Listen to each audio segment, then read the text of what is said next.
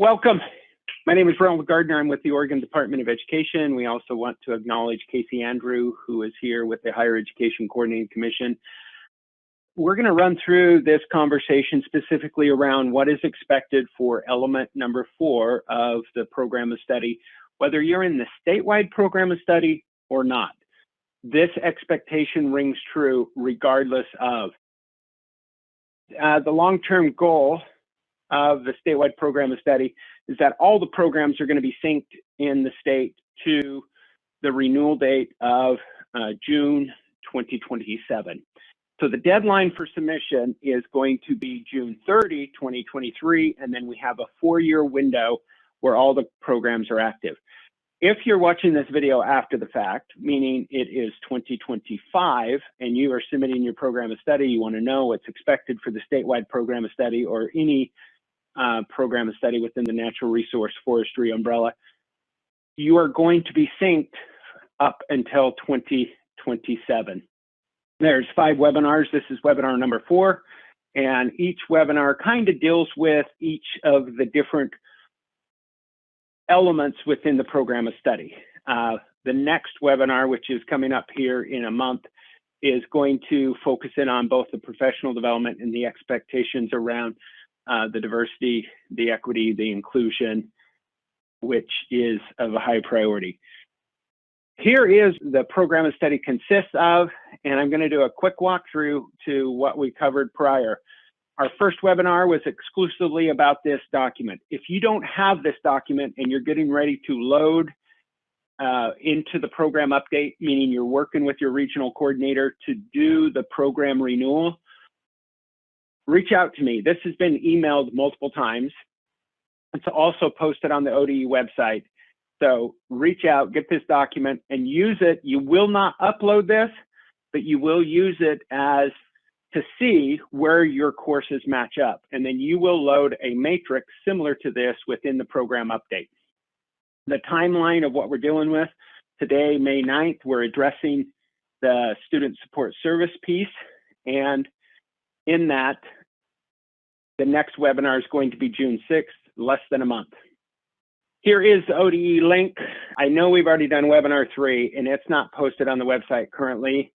I'm working with the ODE IT to get that up, but you will get them elsewhere. Today's objectives, we're going to go quickly through elements 1, 2, and 3. So webinar 1, 2, 3, as to what was covered at the high level. And then we're going to explicitly look at what is required for element number 4, which is the student support services of the program of study. What is effective student support services? And then how will your program be evaluated based upon student support service? And then a lot of this revolves around the student leadership opportunities. So the CTSOs, so the FNRL, the FFA piece of, and we're going to talk a little bit about that as well. So moving forward, I've shared this slide and I'm going to share it one more time after this. There are 6 elements in the program of study. Everything in the program of study is combed in the same directions. Standards and content is where it all starts, and then it evolves from there. Element number 1, it's the crosswalk that I shared, the crosswalk that's posted on the ODE site. It is the matrix that's in the program update. As you're working with your region coordinator, as you're working with your school system, you will go in and load your courses, your course numbers, your course descriptions into the ODE data machine. And I don't exactly know what you guys see on your side or how you interface that, but work with your region coordinators. They are the ones that's kind of the gatekeeper on it. It gets approved, it gets sent to me, and then I open up, and I literally open up and look at the matrix, and I verify that you have the skills and the standards checked for the appropriate content area within your program. So if you're a natural resource program and environmental services program, so you need to have the sector skills, you need to have the employability skills, and then the appropriate content within your program area. Element number 2, this is alignment and articulation. This is your visual. some of the region coordinators are saying to you, they've already told me, hey, Reynolds, we're collecting these. Thank you for covering this within your webinar. And in fact, teachers have used the examples that you have shared exactly and just swapped it out to make it fit theirs. Others have, they have a slide deck presentation. They have a Canva piece that they have. Whatever you're using to guide students along their educational journey so they can see where and how they fit in the scope and sequence of where courses take place within the program. It should reflect what you're using to guide students along their career path. Continuing on, the annual professional development. This is part of the alignment and articulation. If you're not in the statewide program of study, I point you that direction and say, hey, there's colleges out there, go find them. And you're like, which colleges, Reynolds? And I'm like, you're developing your own program. Here's the 6, 7, 8 colleges in the state that are working uniformly within the natural resource, environmental services, forestry space. You may call up some of the colleges that are in your adjacent area and you're saying, I need to do a program of study application with you. Can we sit down and have an alignment and articulation conversation? And they may very well say, no, we only work with the statewide model. You need to go find another college because, or show up to the statewide model and participate. So the alignment and articulation piece, that college piece is where it meshes with. I am meeting with the community college partners on May 25th, and that's when they are signing on the dotted line. They're all going to be in the same space. They have a day-and-a-half meeting, and they're going to go through, they're going to do their matrix at that time. They're going to do their signatures at that time. They are connecting with, at their PLC level, similar to how OFRI, similar to ONRI in providing professional development services to the secondary teachers are getting that collegiality. They're expected to be at the fall conference and the OFRI Institute. So they need to pick one or the other to be part of that alignment and articulation piece. Work-based learning. We covered this the last webinar about a month ago. Work-based learning is the systematic process to simulate or to get students engaged, connected. And the emphasis here is that sustained interaction with businesses and industry partners. And this is new to the state. I covered it fully in the last webinar. There is a data element. How this played out is the Fed said you need to have a program quality indicator. The Fed said it's either work-based learning, accelerated college credit earned, or post-secondary credentials to determine the quality of secondary programs. As the state of Oregon, we chose work-based learning because as educators, we have influence over it. Here are the 4 elements of work-based learning. You see number 2, that sustained interaction with business, industry, community professionals. That is not just going on one job shadow a year and saying, oh, we've got community engagement. It's that interaction over time. And if you're going to do it in lab or in classroom, in your learning lab space, where is that industry partner coming in and validating what you're doing along that way? 5 pieces of what you could have: workplace simulation, cooperative work experience, which is release time, they're going and getting a job, school-based enterprises, where you actually have a production setting. I know a number of the schools have fundraising programs or wood processing, timber management, firewood efforts that could count if you've got that industry partner that's giving that continual, not supervision ownership of the students, but they are continually engaging and validating that students are learning or meeting the educational outcomes appropriate to your program. Service learning and research. Let's jump into student support services. Element number 4. This is copied directly out of the program of study renewal. Student support services provide information to students along the career path, specific to the students' goals and who they are. Could be marketing materials, skills inventories, documents illustrating the Oregon diploma crossover in your school system, counseling, guidance material, student leadership opportunities. Every school is going to look a little bit different. The school that I taught in way back in the day, we had a folder that was a big file folder. Each section of that folder was 1 year of the student's progression. The front cover was their freshman year, sophomore was the inside of that front cover, junior was the backside of the backside, senior was, and you would go to your career path way, we call them pathways. This is back when Sim and Cam was happening.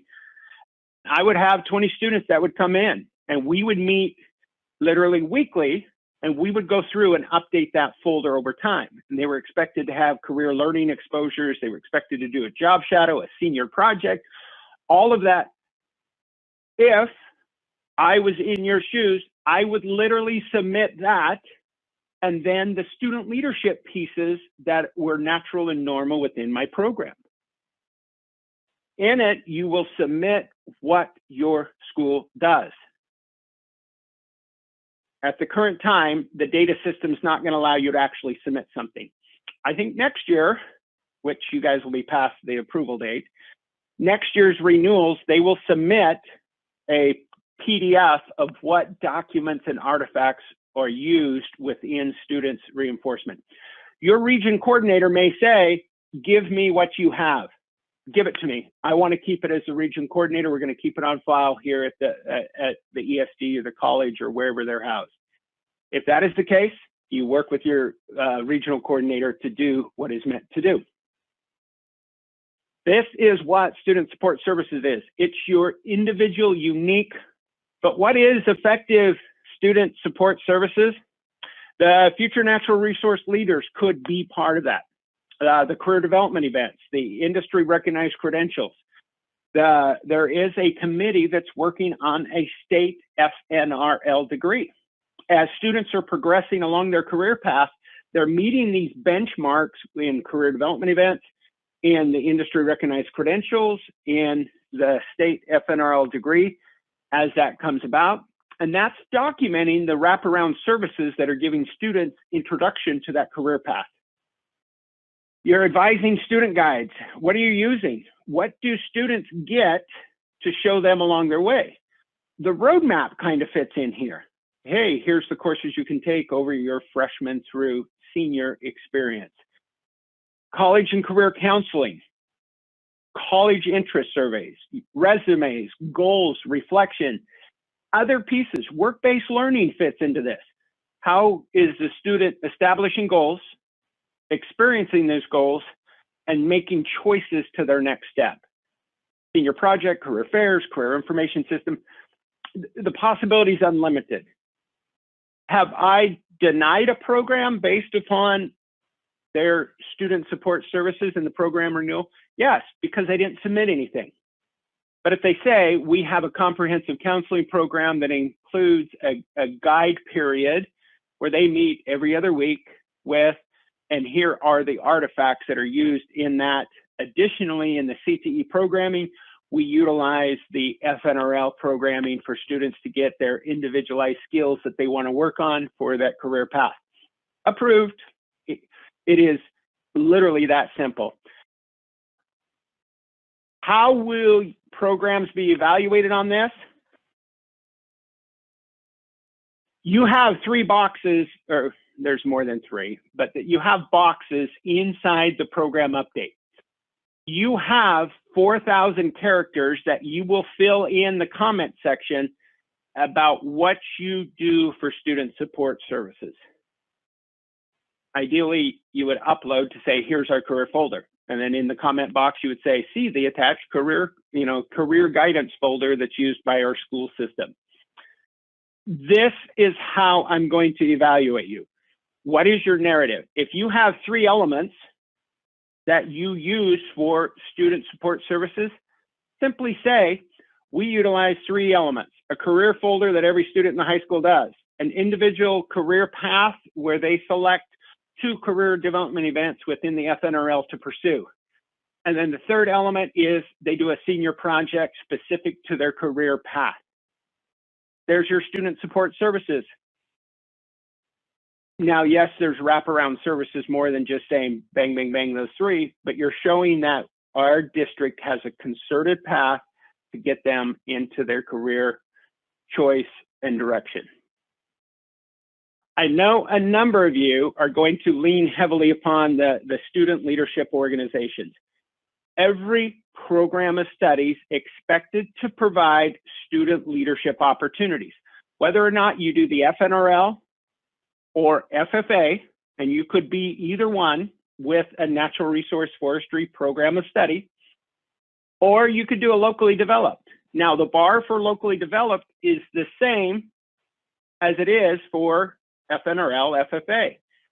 Do you have a leadership structure? Are you teaching leadership, communications, organizational functions of a meeting, a leadership piece that your students understand how to effectively exert their influence on their career, on their learning path, and gain experiences that can prepare them to move forward? What is the leadership continuum in your school?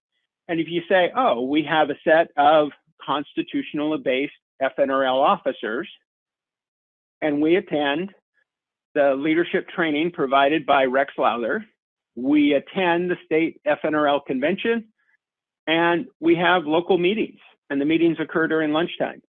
So what is your leadership continuum in that? If you say we don't do FNRL, we work with our local soil and water conservation district. We have a group of elected officers. We do a community stream restoration. We do a street cleanup. We sponsor a dance at the high school.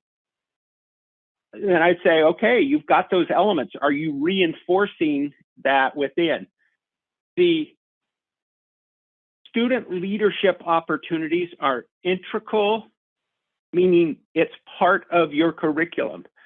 So a lot of teachers are afraid of the student leadership saying, I don't have the time to be like a football coach and do all that extra stuff and coaching. And if that's not what your advisory committee and your community and program and administration wants, you shouldn't be doing that. But at a minimum, you should be having a leadership continuum that students are able to build, to grow, to be part of a committee, to serve part of it. And there's a lot within that, and Rex will provide additional guidance. The next slide is a definite cardinal violation of everything PowerPoint. This is a document, so this hyperlink that's listed right here, as I click on it, maybe it'll open. The document that I just clicked on to open is the official ODE publication of what is required if you're going to come up with a locally developed.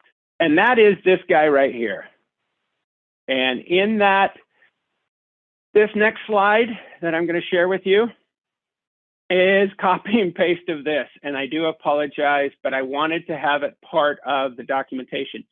So this is the same whether you're part of the FNRL, FFA, or you're locally developed, that you're using curriculum, students are doing personalized learning, they're getting leadership activities and experiences, students are networking, they're building on their career path and exerting leadership within the career learning area. So with that being said, I'm not going to read this word for word. Instruction, career development assessment, community-based, and organization, administration, management. They're learning by doing. You will submit a narrative as to what you do in your program renewal in that little box that was identified, limited to 4,000 characters. Your region coordinator may say, we want to see this. Work with your region coordinator. I know a number of you have already submitted. A number of you, the region coordinator is saying, I'm making them sign a form. They're signing, their advisory committee signing. Those region coordinators are like, Reynolds, on the 25th, send me what the community college signed so I can staple it all together. I'm going to put it in my folder in my office. And that is the documentation of. As you're working with the sign off, I would expect and hope that you have these. I am not demanding those. There may be a day where there is a signature that's uploaded in the data machine, not right now. Right now, it's the region coordinator, you, checking the boxes that you've got each of these local signatures, advisory committee, administrator, region coordinator. In moving forward, the community college is doing their signing on the 25th. So my question to you, what do you use or do? Document and illustrate what that is in the data machine. And to that end, we're drawing this webinar to a close. The next one is coming up, is going to focus in on professional development. A reminder that if you're in the statewide model, attendance to the fall conference ONRI is required. And then the OFRI winter conference is also part of that required. It's kind of a 1-2 punch in getting that collegial engagement with your community college partners.